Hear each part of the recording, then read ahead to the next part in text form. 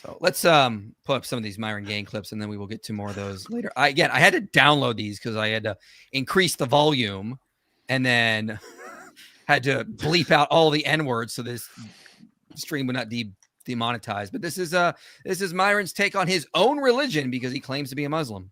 I remember when Trump was. I don't know about you, Nick. Bring up the N-word. He was like, the N-word. You know what the N-word is, right? Nuclear. Okay. I don't know about you, Nick. I don't want to live in a Sharia law country. Right? It's like, bro, it's so annoying, man. Oh, Myra, why are you complaining about the five Adans in Dearborn?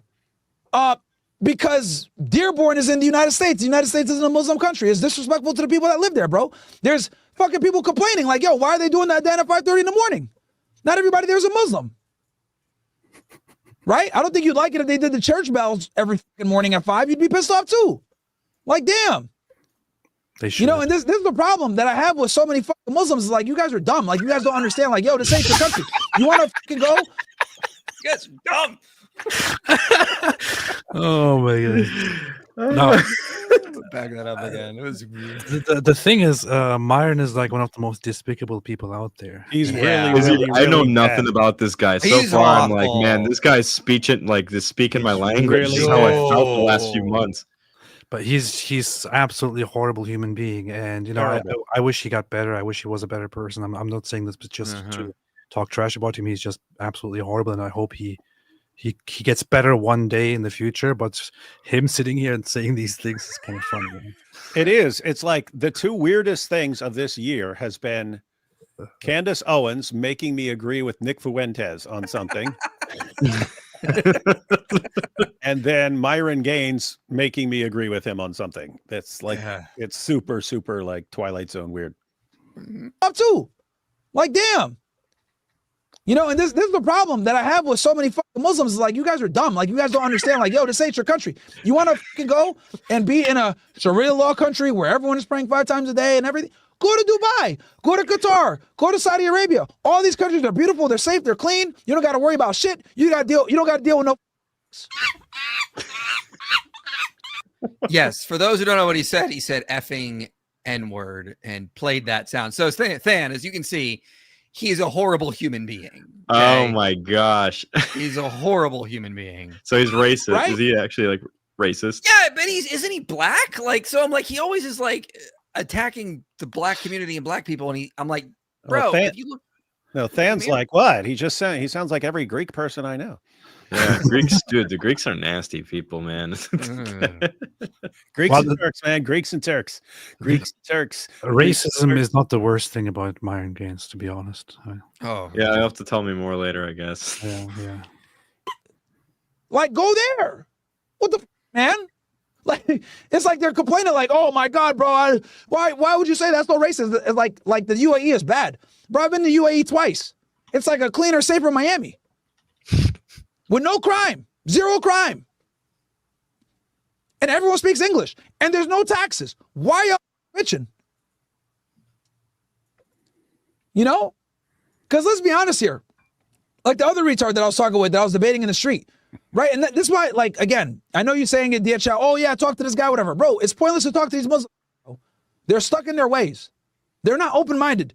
Look, here's a red pill for you guys that you guys really got to understand. Okay, and Muslims are going to get mad at me for saying this, but I'm going to say it anyway. No way. I'm going to say it anyway. Islam does not teach you to critically think. I'm sorry. He is Wow. He's Is that a absolutely logically correct. necessary part of Islam? Surah 4 verse 65. Surah 4 verse 65. You can have no real faith. You can have no real faith until you make Muhammad judge in all disputes, and you have no resistance against anything he decides, and you accept everything he says with full submission.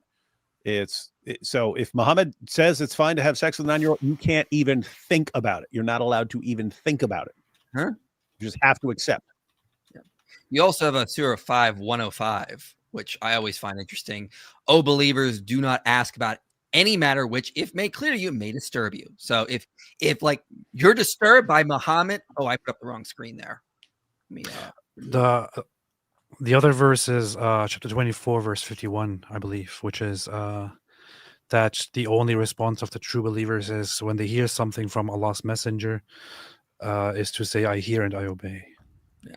But I mean, here it is. You know, if you're, it's made clear to you, like Muhammad consummated a marriage with a 9-year-old. That's very clear. And that disturbs you. Don't question that, Muslims. You're not allowed to. This is just the way it is. So very much so. What was that one? 2451, you said? Yeah. 2450. Yeah, 2451. I'll just pull that up. The only response of the true believers when they are called to Allah and his messenger so that he may judge between them is to say, we hear and obey. Yeah. So again, don't question, don't think. Stark contrast with like the Bible, where, you know, the Jews and Baron were more noble because they searched the scriptures to verify Paul was accurate, or Isaiah chapter 1, where God says, come, let us reason together.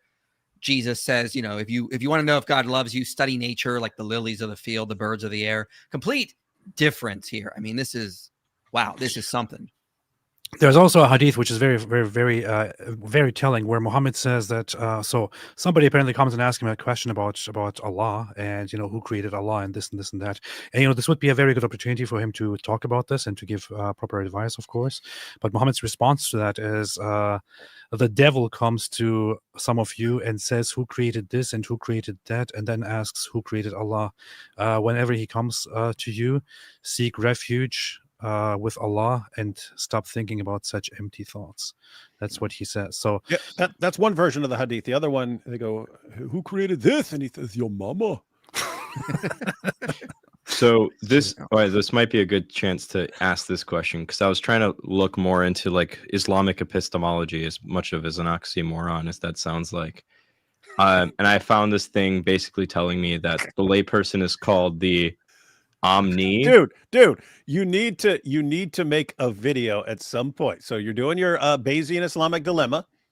After that, you need to make a video. Just title it Islamic epistemology. It would just be hilarious. It would just the title's already hilarious.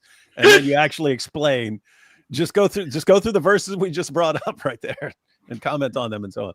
Oh, I will. But so is this distinction between like Omni, Taqlid, and Ijtihad, if I'm saying that word correctly, is that like a real thing? It is. So you literally, like, if you're not a Taqlid, you're not really allowed to like independently reason. You have to. That is a traditional position. So a traditional position is basically that, which is why traditionally Muslims or traditionally Islam rejects philosophers, for example. Like philosophy was considered a sin, and philosophers were considered heretics and even disbelievers by the Muslim scholars for thinking. So today the most traditionalist Muslim scholars will still use philosopher as an insult, and by philosopher they're simply referring to anyone who just, you know, reasons or appeals to anything, makes inferences. Well, yeah. This is what Toby Huff says in his book. Clearly, Islamic religious philosophers had become emboldened and felt no need to depend on philosophy. There's no suggestion that philosophy was to be the handmaiden of theology. Rather, it was disparaged. He notes that, like, same with science, by the way. Oh yeah, like here's you had just to be clear, you had both philosophy and science when Islam would conquer area, and they'd get access to some previous works and so on. Muslims would have to actually go to the caliph and ask permission, and what they'd have to say is, hey, we just conquered this area. They have these books on these subjects. We'd like to explore these books to see of what benefit these things can be for the ummah. And if they're granted permission, then all of a sudden philosophy would flourish for a little while in Islam, or science would flourish for a little while. And eventually the leaders realize, wait a minute, this is causing people to think outside of what they're allowed to think, and Islam would suffocate it. And that's why you just don't see science or philosophy flourishing in Islam after that, after brief little spurts. So yeah, that is the thing. Only learned scholars are normally allowed to have an opinion and to interpret about or something that is Islamic, to come to a ruling or to simply comment on certain things.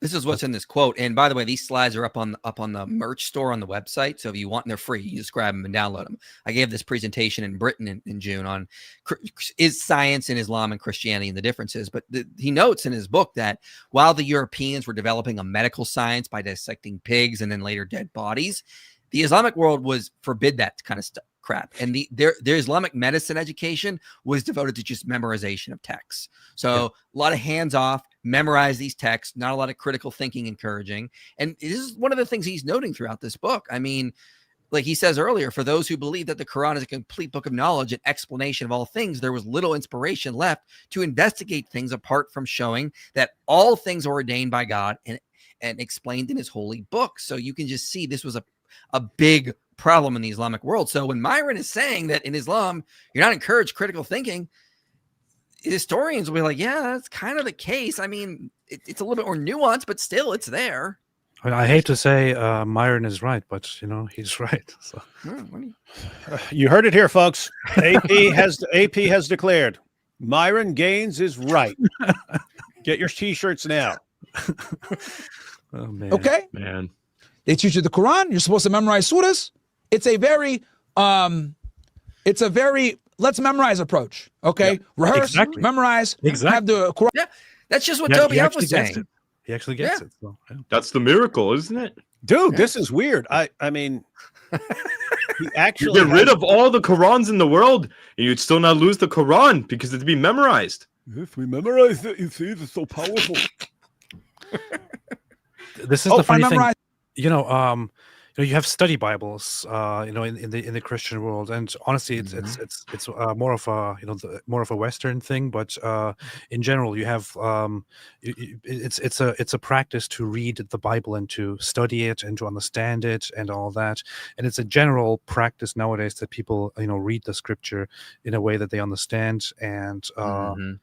And actually do understand it. This doesn't exist in the Muslim world. There is no such thing as a study Quran. It's a quite study recent... Quran. No, I have a study Quran. I know. That's what I'm about to say. It's a quite recent development under You're about to contradict yourself. Western influence, which is why it starts being a thing. He's right. But nobody in the Muslim world has like a study Quran or something like that, because Muslims are not supposed to just read and understand the Quran. They are only supposed to memorize the Quran. What is considered noble in Islam is to memorize it and to recite it, not to study and learn it. Yeah, and dude, this is weird that Myron has this brief burst of common sense about Islam. He keeps going. He keeps going. Every time I've ever seen this guy, I've only seen a few clips, but every time I've ever seen this guy talking, it's complete deranged, insane nonsense. And here, apart from the language, he seems to be pretty right on the money.